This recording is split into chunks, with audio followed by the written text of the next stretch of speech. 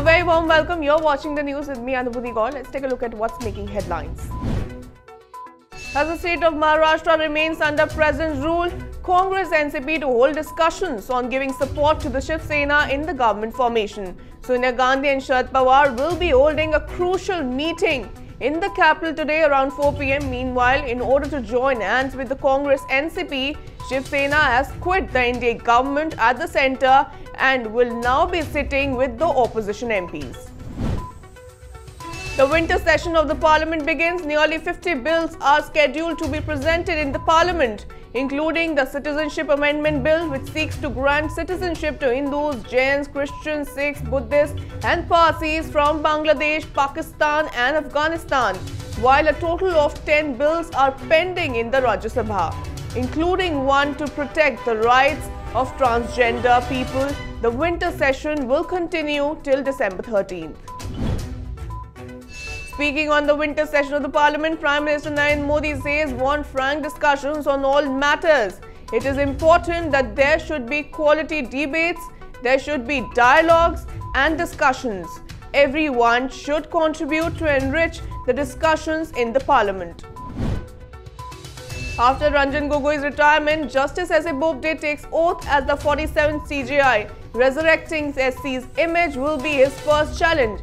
Justice Bobde has reassured that not just the present challenges posing before the judiciary, his tenure will attempt at devising a mechanism to lay down a system for all times to come. Justice S.A. Bobde will serve as a CJI for nearly 18 months and will retire on April 23, 2021. Congress leader Priyanka Gandhi slams Uttar Pradesh government for not taking action against UP Minister Swati Singh. Taking to her Twitter handle, Priyanka said, and I quote, "Minister of UP government is saying that the orders are from above. Who is above and who doesn't want any action against the scammers? No action has been initiated against the big fish." Remember, an audio clip in which the minister can be heard threatening a police officer and demanding that the case against a builder be expunged went viral. In the wake of a protest march to the parliament by the JNU Students' Union against hostel fee hike, heavy police deployment outside JNU. Agitation comes on the first day of the parliament's winter session.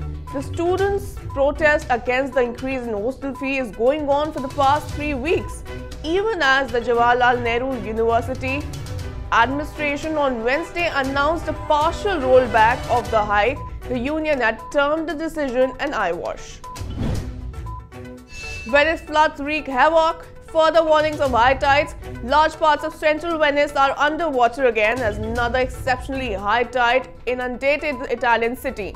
Venice has closed St. Mark's Square as the city suffered a third major flooding in less than a week. And while the rains lashed the rest of Italy and warnings were issued in Florence and Pisa. That's all in this bulletin. Thanks for watching. The news and updates will continue on the other side.